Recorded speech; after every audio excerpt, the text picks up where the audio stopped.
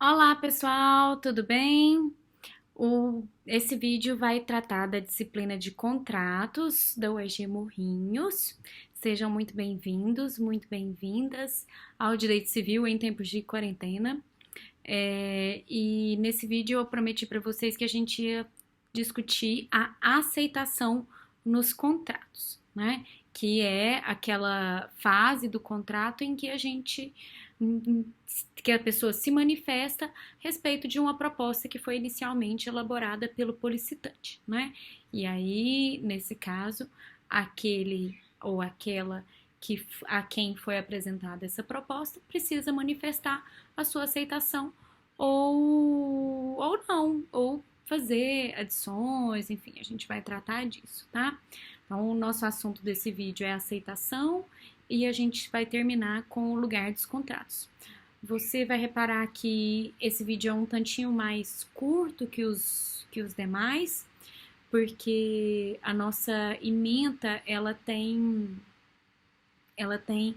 uma particularidade, né? A gente vai até a parte geral de contratos nesse semestre, e aí os contratos em espécie ficam para o próximo semestre, né? Para depois aí de quando a gente retorna em agosto, né? Agosto de 2020. Prof, a gente vai voltar em agosto? Não sei, tá? A gente vai trabalhando por aqui enquanto isso é possível. E aí nós vamos verificar com o tempo as providências a serem tomadas, tá? Eu peço a vocês muita paciência, muita calma, muita serenidade para lidar com essas questões. É difícil para todo mundo, tá? Eu sei que é complicado mexer nos vídeos e acompanhar, mas o que nós estamos fazendo é isso. Eu estou colocando para vocês lá no Moodle e eu gostaria imensamente que vocês acompanhassem por ali também. Entrem na plataforma, tá? Para que a presença de vocês fique registrada por lá. Então, a gente está tomando as providências possíveis e necessárias para que não haja prejuízo ou que o prejuízo seja o mínimo possível, mas os professores precisam muito da colaboração de vocês, muito mesmo. A gente não constrói a universidade sozinhos, vocês sabem muito bem disso, né? Principalmente numa instituição pública, a universidade somos todos nós, docentes, servidores e discentes, e nesse momento de dificuldade a gente precisa de vocês mais do que nunca, tá bom? Então bora lá. Depois desse vídeo eu vou gravar um outro sobre os trabalhos, que aí eu vou dar uma série de direcionamentos para que vocês utilizem o modelo de petição inicial que eu vou disponibilizar no Moodle, tá bom? Então, bora? Dá sim.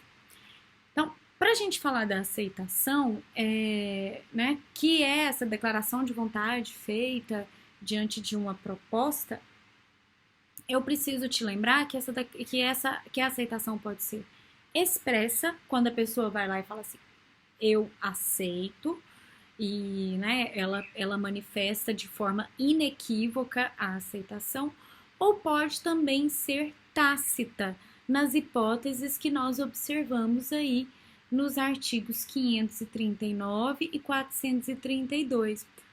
Perceba você, ó, no artigo 539, ele fala do negócio que não exige aceitação expressa. Ó, o doador pode fixar prazo ao donatário, né, a pessoa que vai receber uma doação, para declarar se aceita ou não a liberalidade, desde que o donatário, ciente do prazo, não faça dentro dele a declaração, entender-se-á que a aceitou, se a doação não for sujeita a encargo.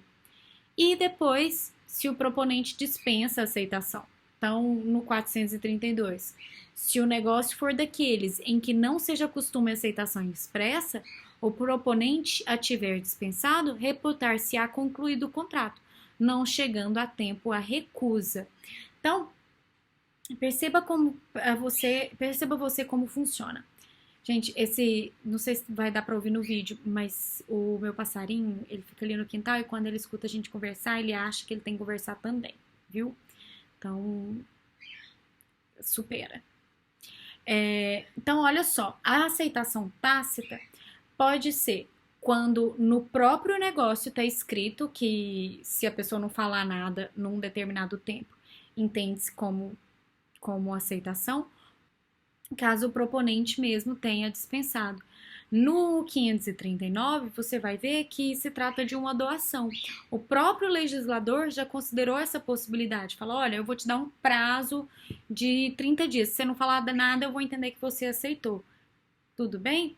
Bem tranquilo, né? Mas pode acontecer também de a pessoa fazer uma proposta e a outra pessoa pegar e falar assim, não, desse jeito eu não quero. Eu quero se você fizer tal outra coisa para mim. Nessa hipótese, existe uma contraproposta. Então, alguém te fala, eu te vendo esta casa por 500 mil reais. Aí você pega e fala assim, não, por 500 eu quero por 450. Isso é uma contraproposta, tá? Tá dentro lá das hipóteses de aceitação. Você já aceitou comprar, você só quer modificar uma cláusula. Nesse caso, a cláusula relacionada ao preço pago pelo bem. Veja só o 431 aí para nós, ó. Aceitação fora do prazo, com adições, restrições ou modificações, importará nova proposta ou contraproposta, que é a mesma coisa. Coloquei aí para você saber que a contraproposta é classificada pela doutrina como contraproposta aditiva, contraproposta restritiva ou contraproposta modificativa, a depender do tipo de aumento ou da forma pela qual a contraproposta é elaborada. Então, se eu faço uma contraproposta assim, falo, olha, eu vou alugar essa casa, eu me proponho a alugar o seu imóvel. Assim, eu quero alugar o seu imóvel inteiro, tá? A sua casa por 2 mil reais mensais. Aí você pega e fala assim pra mim, tá, eu alugo a casa pra você, mas eu quero reservar um quarto pra mim, que é pra eu deixar as minhas coisas, não quero fazer mudança agora.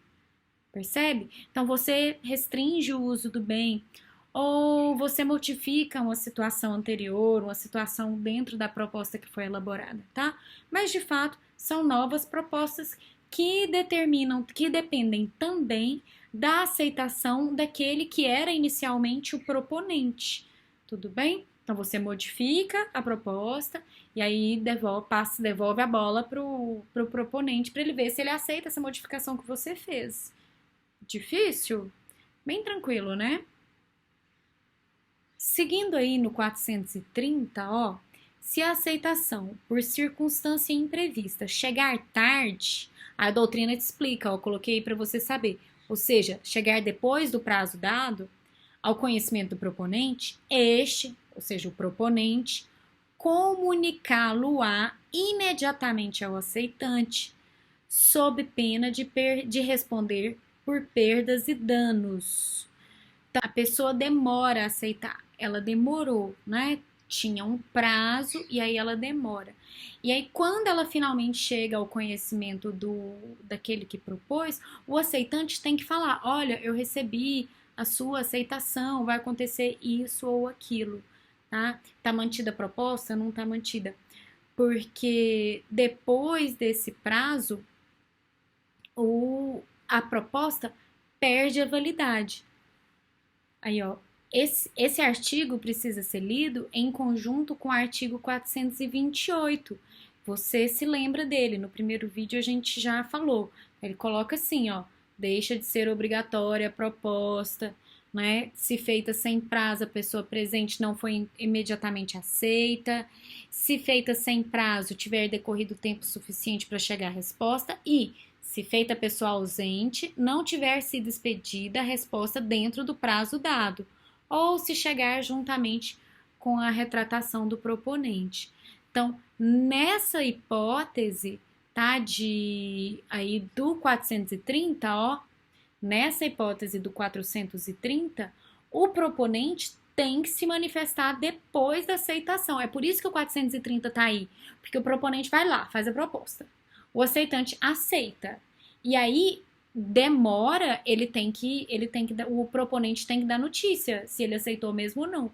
Porque se o aceitante tomar providências para realizar o contrato, pode ser que, a depender dos gastos que ele fizer, a depender da situação em que o contrato se encontrar, isso gere algum tipo de responsabilidade baseada no princípio da confiança dentro das relações contratuais, tá bom?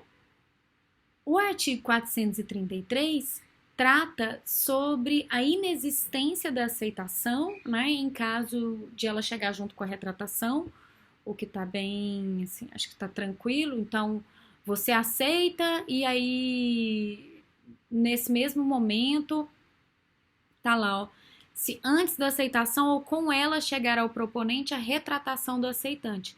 Então, eu aceito, mas logo eu falo já que eu não quero, e aí essas notícias são mandadas todas para o proponente, todas de uma vez, aí considera-se inexistente a aceitação. E no caso do 434, ele trata dos contratos entre ausentes e fala assim, ó,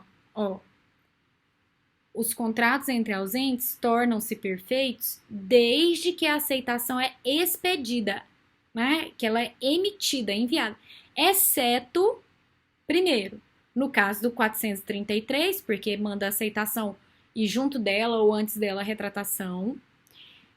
Segundo, se o proponente se houver comprometido a esperar resposta. Terceiro, se ela não chegar no prazo convencionado. Então, os contratos entre ausentes são perfeitos desde o momento da expedição da aceitação, a menos que haja retratação ao mesmo tempo, a menos que o proponente aceite esperar a resposta do aceitante, né, que ele concorde em aceitar, em aguardar pela resposta do aceitante, ou que a resposta não chegue até ele no mesmo prazo convencionado. Eu te dou 30 dias para você me responder. E aí, dentro desses 30 dias, você não fala nada, eu não vou entender que você aceitou. Tudo bem? Bem tranquilo, assim. Nessa parte é praticamente texto de lei mesmo. E eu não encontrei nenhuma jurisprudência relevante no STJ sobre esse ponto para mostrar para você, tá? Também não quero apressar muita matéria, porque vai que essa quarentena termina e eu consiga encontrar vocês, tá bom? Então, a gente vai fazer a nossa atividade programada no tempo que a gente conseguir, para a gente ter vídeos menores também, tá? Nosso último assunto tá aí, ó, lugar do contrato. Então, o lugar do contrato, quando você tem dois tipos de situação. Tem as pessoas que vivem em países diferentes e as pessoas que vivem no mesmo país. Então, no caso de países diferentes, você aplica o artigo 9º da LINDB, e no caso de pessoas que vivem no mesmo país, se aplica o 435, que considera como lugar do contrato o local em que ele foi proposto, tá? E aí, no caso de pessoas que vivem em países diferentes, a obrigação resultante de contrato é constituída no lugar onde reside o proponente, tá? A competência é dada lá pelo CPC, o artigo 53 aí, ó, que fala que a competência é o lugar onde a obrigação deve ser satisfeita.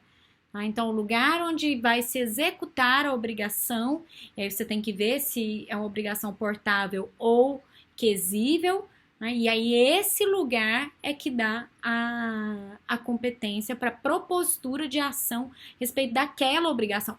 E lembra que num contrato você tem mais de uma obrigação, horas. Se num contrato de compra e venda, eu posso ter a obrigação de pagar e a obrigação de entregar o bem. Eu posso ter a obrigação de entregar os documentos relacionados a um bem. Então, tem uma série de obrigações que pode ficar consignada dentro de um contrato, tá? Dentro de uma proposta, enfim.